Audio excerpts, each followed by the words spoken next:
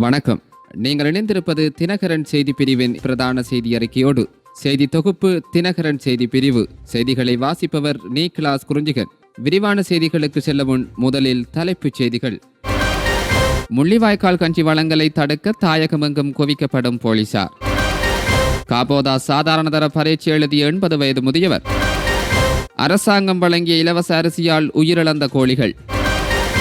யாழில் குழந்தை பிரசவித்த 15 வயது மாணவி தொடர்பில் மறைக்கப்படும் உண்மைகள்.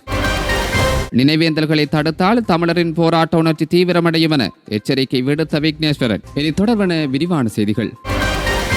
பாடசாலை மாணவர்களை இலக்கு வைத்து போதைப் பொருளை விற்பனை செய்யும் கும்பலை தேடிச் சென்ற போது வீடொன்றில் இயங்கிய போதைப் பொருள் உற்பத்தி நிலையம் யாழ்ப்பாண பிராந்திய குற்றத்தடுப்பு பிரிவு போலீசாரால் முற்றுகையிடப்பட்டது. இதுகுறித்து மேலும் தெரிய வருகையில் ஐஸ் போதைப் பொருளுடன் யாழ்ப்பாணத்தில் 2 கைது செய்யப்பட்டனர். அவர்களிடம் மேற்கொள்ளப்பட்ட விசாரணைகளை தொடர்ந்து போதைப் பொருள் உற்பத்தி நிலையம் நேற்று முற்றுகையிடப்பட்டது. குறித்த நிலையம் ரசாயன ஆய்வுக்கூடத்தை போன்று வடிவமைக்கப்பட்டு ரசாயனங்களை பயன்படுத்தி போதைப் பொருள் உற்பத்தி நடைபெற்றதாக சட்ட வைத்திய அதிகாரி நேரில் சென்று பார்வையிட்டு உறுதிப்படுத்தியுள்ளார். வாழ்வெட்டு கும்பல் ஒன்று இயங்கும் ஒருவருக்கு சொந்தமான வீட்டிலேயே குறித்த நிலையம் இயங்கியுள்ளதுடன் போலீசார் முற்றுகையிட்ட போது அங்கு எவரும் இருக்கவில்லை என தெரிவிக்கப்படுகிறது. இந்நிலையில் போதைப் பொருள் ஆய்வுக்கூடத்தில் பிரதான குற்றவாளிகளை தேடி போலீசார் தீவிர விசாரணைகளை மேற்கொண்டு வருகின்றனர். மேலதிக விசாரணைகளுக்காக குறித்த போலீசாரின் கட்டுப்பாட்டுக்குள் கொண்டு வரப்பட்டுள்ளதுடன் கொழும்பில் இருந்து ரசாயன பகுப்பாய்வு பிரிவினரை அழைத்து விசாரணை நடத்த தீர்மானிக்கப்பட்டுள்ளது.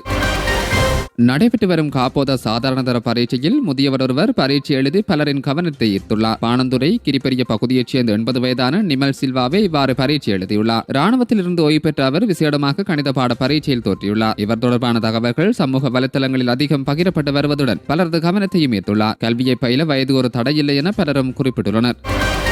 குறைந்த வருமானம் பெறுவோருக்கு அரசாங்கம் வழங்கிய அரசியல் சிலவற்றை சாப்பிட்ட 7 கோழிகள் உயிரிழந்துள்ளன. இந்த சம்பவம் தொடர்பில் அரசு பகுப்பாய்வு அறிக்கைகள் உடனடியாக வழங்குமாறு ரம்படகல நீதிமன்றம் உத்தரவிட்டுள்ளது. சுகாதார அதிகாரிகள் முன்வைத்த தகவல்களை அடுத்து நீதிவான் இந்த உத்தரவை பிறப்பித்துள்ளார். ரிதிகம பனகவில் உள்ள குறைந்த வருமானம் பெறுபவருக்கு வழங்கப்பட்ட அரிசியில் ஒரு பகுதி கோழிகளுக்கு வழங்கப்பட்டது. அரிசியை உண்ட கோழிகள் மயங்கி விழுந்து பின்னர் உயிரிழந்ததாக வீட்டு உரிமையாளர் பொது சுகாதார அலுவலகத்தில் செய்த முறைப்பாட்டில் தெரிவிக்கப்பட்டுள்ளது.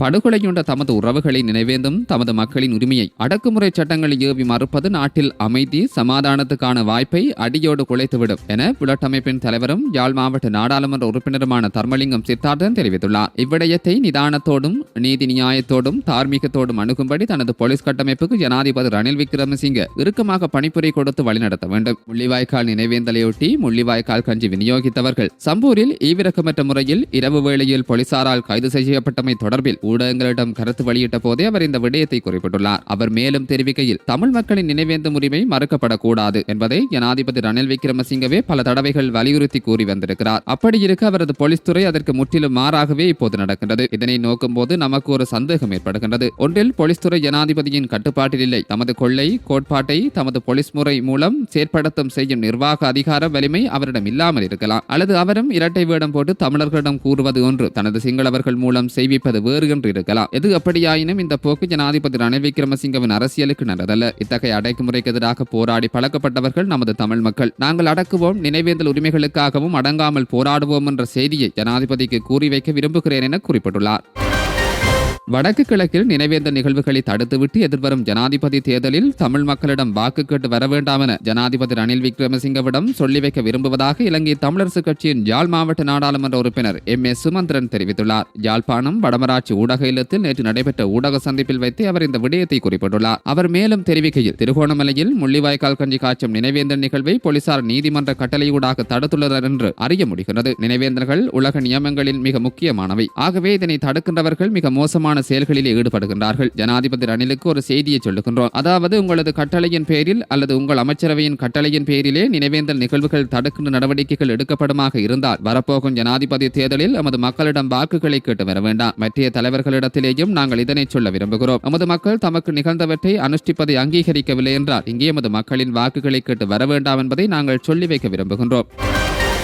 யாழ்ப்பாணம் போதனா வைத்தியசாலையில் குழந்தை பிரசவித்த 15 வயது பாடசாலை மாணவி தொடர்பான தகவல்கள் எதுவும் இதுவரை வெளியே வரவில்லை என குற்றச்சாட்டுகள் எழுந்துள்ளன. அத்துடன் மாணவி தொடர்பில் தகவல்கள் மறைக்கப்படுகிறதா என்ற சந்தேகங்களும் எழுந்துள்ளதாக சமூக ஆர்வலர்கள் தெரிவித்துள்ளனர். குறித்த சம்பவம் தொடர்பில் தெரிய வருவதாவது, கடந்த வார இறுதியில் யாழ் போதனா வைத்தியசாலையில் 15 வயது பாடசாலை மாணவியொருவர் வயிற்று வலி காரணமாக அனுமதிக்கப்பட்டுள்ளார். இந்நிலையில் அன்றிரவு குறித்த பாடசாலை மாணவி குழந்தையொன்றை பிரசவித்துள்ளார். இதனையடுத்து பிறந்த நிலையில் குழந்தையை விட்டுவிட்டு குறித்த பாடசாலை மாணவியும் அவரது தாயார் யாரும் வைத்தியசாலையை விட்டு தப்பிச் சென்றுள்ளதாக தகவல்கள் வெளியாகியிருந்தன. இது தொடர்பில் வைத்தியசாலை நிர்வாகத்தினர் போலீசாருக்கு முறைப்பாடு வழங்கிய நிலையில் போலீசார் விசாரணைகளை மேற்கொண்டு வருகின்றனர். எனினும் தப்பியோடிய பாடசாலை மாணவி இதுவரை கண்டுபிடிக்கப்படவில்லை. குறித்த மாணவியை தகாத செயற்பாட்டுக்கு உட்படுத்திய சந்தேக நபர் யார் என்ற தகவல் வெளிவராத நிலையில் மாணவி தொடர்பில் தகவல்கள் மறைக்கப்படுகிறதா என்ற சந்தேகங்களும் எழுந்துள்ளதாக சமூக ஆர்வலர்கள் தெரிவித்துள்ளனர். இந்நிலையில் பாடசாலை மாணவி வடமராட்சி கல்வி நிலையத்திற்கு உட்பட்ட பாடசாலையொன்றில் கல்வி கற்றதாக தகவல்கள் வெளியாகியதோடு இதுவரை கல்வி திணைக்கள அதிகாரிகள் எவ்வித தகவல்களையும் பெறவில்லை என குற்றச்சாட்டு ஒன்று முன்வைக்கப்பட்டுள்ளது. அம்பாறை மாவட்டம் பெரிய நீலாவணை போலீஸ் பிரிவுக்குட்பட்ட பாண்டிருப்பு பகுதியில் முள்ளிவாய்க்கால் கஞ்சி தயாரிக்க முற்பட்டவர்களை தடுப்பதற்கு நூற்றுக்கணக்கான போலீசார் குவிக்கப்பட்டுள்ளனர். குறித்த சம்பவம் இன்று காலை 8:30 மணிக்கு இடம்பெற்றுள்ளது. இச்சம்பவத்தில் தமிழ் தேசிய மக்கள் முன்னணியின் கட்சியின் மாவட்ட அமைப்பாளர் புஷ்பராஜ் துசானந்தன், அம்பாறை மாவட்ட வலிந்து காணாமலாக்கப்பட்ட சங்க தலைவி தம்பிராசா செல்வராணி ஆகியோருக்கு போலீசாரால் எச்சரிக்கை விடுக்கப்பட்டு குறித்த நிகழ்வு தடுத்து நிறுத்தப்பட்டுள்ளது. இதன்போது கல்முனை பண்டிருப்பு அரசடி அம்மன் ஆலயம் ஒன்றில் தமிழ் தேசிய மக்கள் முன்னணி கட்சி ஏற்பாட்டில் அம்பாறை மாவட்ட வலிந்து காணாமலாக்கப்பட்ட சங்கம் பொதுமக்களுடன் இணைந்து முள்ளிவாய்க்கால் கஞ்சி பரிமாறும் நிகழ்வினை முன்னெடுத்திருந்தது. எனினும் சம்பவ இடத்துக்கு வருகை தந்த பெரிய நீலாவணை போலீஸ் பொறுப்பதிகாரி காவல்துறை பரிசோதகர் JSK வீரசிங்க தலைமையிலான போலீசார் கல்முனை நீதிவான் நீதிமன்ற தடை உத்தரவை காண்பித்து தமிழ் தேசிய மக்கள் முன்னணியின் கட்சியின் மாவட்ட அமைப்பாளர் புஷ்பராஜ் துசானந்தன் என்பவருக்கு தடை உத்தரவு உள்ளதாகவும் எனவே முள்ளிவாய்க்காலில் படுகொலை செய்யப்பட்ட பொதுமக்களை நினைவு கூறும் முகமாக ஏற்பாடு செய்துள்ள குறித்த நிகழ்வினை நிறுத்துமாறு கூறி தடை உத்தரவை வழங்கினர். அத்துடன் ஏனைய அம்பாறை மாவட்ட வலிந்து காணாமலாக்கப்பட்ட சங்க தலைவி தம்பிராசா செல்வராணி ஆகியோருக்கு போலீசாரால் எச்சரிக்கை விடுக்கப்பட்டு அவ்விடத்திலிருந்து செல்லுமாறு எச்சரித்தமை குறிப்பிடத்தக்கதாகும். முள்ளிவாய்க்கால் கஞ்சி பரிமாறிய குற்றச்சாட்டில் 3 பெண்கள் உட்பட 4 இரவு வேளையில் மிக மோசமான முறையில் போலீசாரால் கைது செய்யப்பட்டமையை கண்டித்து தமிழ் தேசிய மக்கள் தேசிய கூட்டணியின் தலைவரும் யாழ் மாவட்ட நாடாளுமன்ற உறுப்பினருமான நீதியரசர் CV விக்னேஸ்வரன் கொழும்பிலிருந்து கண்டன அறிக்கை ஒன்றை வெளியிட்டிருக்கிறார். கண்டன அறிக்கையில் இரவில் ஆண் காவல்துறையினரால் அநாகரிகமான முறையில் பெண்கள் கைது செய்யப்படுகிறார்கள். நம் நாடு எங்கே போகின்றது? 2009ஆம் ஆண்டு மே மாதம் 18ஆம் தேதி இறந்தவர்களின் நினைவாக கஞ்சி வழங்கிய சில பெண்கள் காவல்துறையினரால் வலுக்கட்டாயமாக முரட்டுத்தனமாக கைது செய்யப்பட்டு அவர்களது வீடுகளில் அழைத்துச் செல்லப்பட்டுள்ளனர். இவ்வாறு கஞ்சி வழங்குவது ஆரோக்கியமற்றது என நீதிமன்றத்தில் போலீசார் உத்தரவு பெற்று அவ்வாறு விநியோகிப்பதை தடை உத்தரவு வாங்கியுள்ளனர் என தெரிகின்றது. அப்படியானால் பொது சுகாதார அதிகாரி மூலம் அல்லவா அந்த உத்தரவை பெற்றிருக்க வேண்டும் என காவல்துறையினர் எதற்கு இத்தகைய தேவையற்ற கபடத்தனமான மூடிமறைப்பு செயல்களை இலங்கை நாடும் அதன் அரசும் எந்த அளவுக்கு மேற்கொள்ளுகின்றனவோ அவ்வளவுக்கு அதிகமாக இறந்தவர்களை நினைவு கூர்ந்து சுயநிர்ணய உரிமைக்கான போராட்டத்தை முன்னெடுத்துச் செல்வதில் நமது மக்கள் மிகவும் உறுதியாக இருப்பார்கள். திரும்ப பெற்று நெருக்கடியில் இருக்கும் அந்த பெண்கள் உட்பட அனைவரையும் விடுவிப்பதற்கான உத்தரவை ஜனாதிபதி வழங்குவார் என்று நம்புகிறேன். 2009ஆம் ஆண்டு மே 18ஆம் தேதியே எனது தமிழ் சகோதரர்கள் கூடுதலான உற்சாகத்துடனும் உறுதியுடன் நினைவு கூறார்கள் என்பது குறிப்பிடத்தக்கது.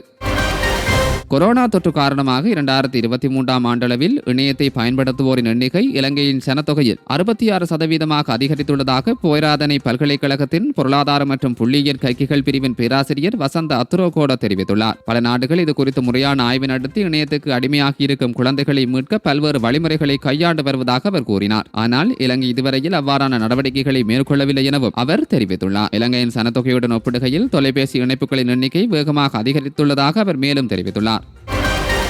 இத்துடன் தினகரனின் பிரதான செய்தி அறிக்கை நிறைவடைந்தது. தினமும் முக்கிய செய்திகளை உடனுக்குடன் அறிந்து கொள்ள எம்மோடு இணைந்திருங்கள். மீண்டும் மற்றொரு செய்தியின் வாயிலாக சந்திக்கும் வரை நன்றி, வணக்கம்.